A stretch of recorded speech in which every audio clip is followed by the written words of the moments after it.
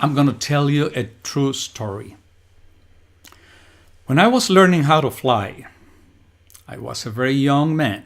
It was back in 1982.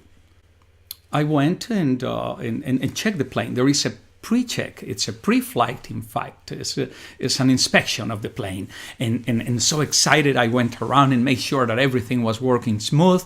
And to make a long story short, I checked the fuel levels, which are on top of the tanks. I mean, and the tanks are, as you can see it, you see up there? It was short in fuel. We never rely only on the readings in the there in the dash of the plane. So anyway, I went ahead and asked the guy in charge of fueling the plane to fill it out. Went to the bathroom, all that, come back, plane is ready, jump in, start taxiing, communicate with tower, such and such, and I'm getting to the taxiway. I leave back the apron, and by the way, that's the platform where we park the planes. So when I'm about to get to the main taxiway, I hear this voice, so serious, on the radio. Return to the apron. Return to the apron. Hotel Kilo 1229 India, return to the apron. I return to the apron. I park my plane.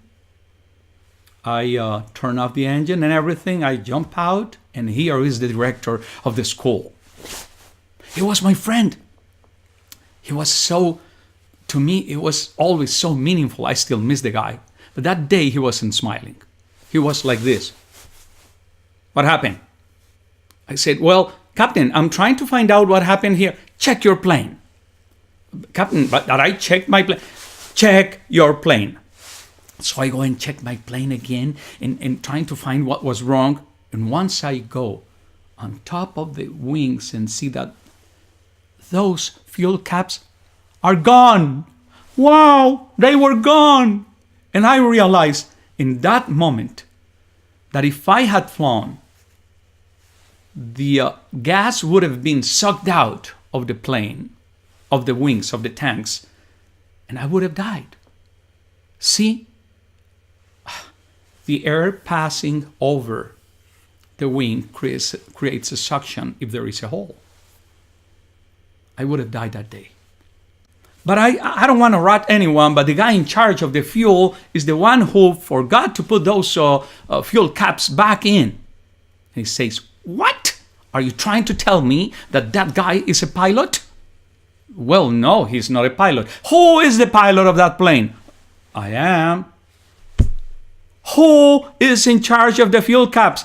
The guy? You're going to be suspended for 3 weeks to see if you ever learn that when you are the pilot, you are the owner of the situation. You are in charge of every single thing pertaining that aircraft. Is that understood? I was shaking. It took me a while to realize that he was telling the truth. The guy was giving me a lesson, the lesson of my life. Many years have passed. I became a clinician.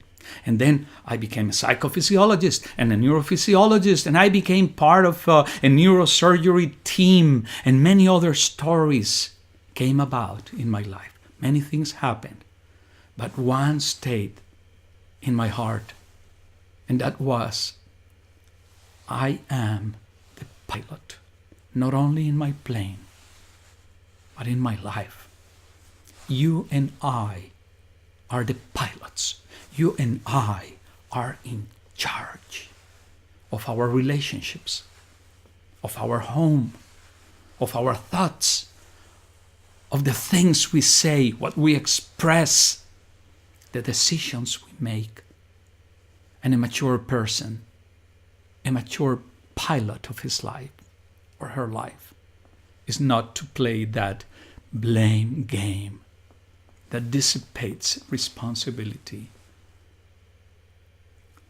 Many years passed, and one of the things that I've been doing for many years now is flying all over the world teaching how to create a culture of safety. And believe me, this is one of my favorite stories.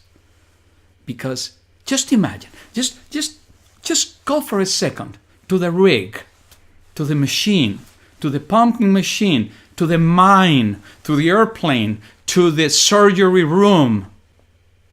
What if we take charge? What if we become responsible for what is ours?